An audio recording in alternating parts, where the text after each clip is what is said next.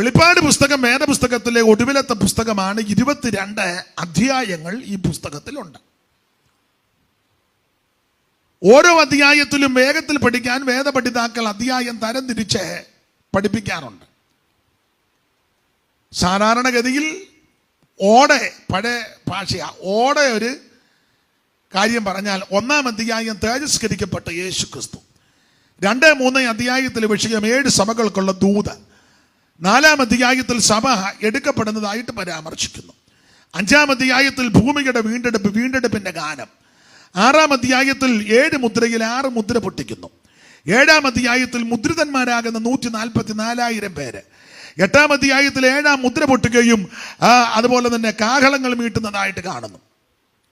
9-ാം അധ്യായത്തിൽ യൂഫ്രട്ടീസ് നദീതീരത്ത് ബന്ധിച്ച ദൂതനെ അഴിച്ചുവിടുന്നു, 10-ാം അധ്യായത്തിൽ ചെറു പുസ്തകം വാങ്ങി ഭക്ഷിക്കുന്നു, 11-ാം അധ്യായത്തിൽ 2 സാക്ഷികൾ പ്രത്യക്ഷപ്പെടുന്നതായിട്ട് വായിക്കുന്നു, 12-ാം അധ്യായത്തിൽ സൂര്യധാരണിയായ ഒരു സ്ത്രീയെ പരാമർശിക്കുന്നു, 13-ാം അധ്യായത്തിൽ ഘോരവും ഭയങ്കരമായൊരു മൃഗം സമുദ്രത്തിൽ നിന്ന് കയറി വരുന്നു, 14-ാം അധ്യായത്തിൽ സിയോൻ മലയിൽ കുഞ്ഞാടിനോടുകൂടെ 144,000 പേരെ ദർശിക്കുന്നു, 15-ാം അധ്യായത്തിൽ മോശയുടെ പാട്ടും കുഞ്ഞാടിന്റെ പാട്ടും പാടി വൈണികന്മാർ വീണ പിടിച്ച് പളുങ്കനദിയുടെ തീരത്ത് നിന്ന് പാടി പരമപിതാവിനെ മഹത്വപ്പെടുത്തുന്നു, 16-ാം അധ്യായത്തിൽ 7 ക്രോധകലശങ്ങൾ ഭൂമിയിൽ കൊണ്ട് ഒടിക്കുന്നു,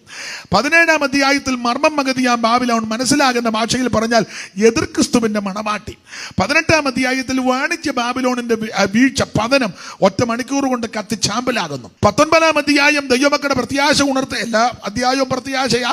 എങ്കിലും എടുത്തു പറയുവാൻ കുഞ്ഞാടിന്റെ കല്യാണം, 20-ാം അധ്യായവും പ്രത്യാശ വർദ്ധിക്കുന്നത് 1000 ആണ്ട് വാഴ്ച, 21-ാം അധ്യായം പ്രത്യാശ തന്നെ പുത്തൻ യെരൂശലേം, 22-ാം അധ്യായം നിത്യതയിലോട്ട് കയറുക. ഇതാണ് വെളിപ്പാട് പുസ്തകം ഓടെ ഒന്ന് പറഞ്ഞാൽ. വെളിപ്പാട് പുസ്തകം വേദപുസ്തകത്തിലെ ഒടുവിലത്തെ പുസ്തകമാണ്. 22 അധ്യായങ്ങൾ ഈ പുസ്തകത്തിലുണ്ട്. ഓരോ അധ്യായത്തിലും വേഗത്തിൽ പഠിക്കാൻ വേദപഠിതാക്കൾ അധ്യായം തരംതിരിച്ച് പഠിപ്പിക്കാറുണ്ട്. സാധാരണഗതിയിൽ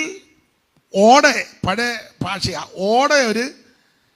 കാര്യം പറഞ്ഞാൽ 1-ാം അധ്യായം തേജസ്കരിക്കപ്പെട്ട യേശു ക്രിസ്തു,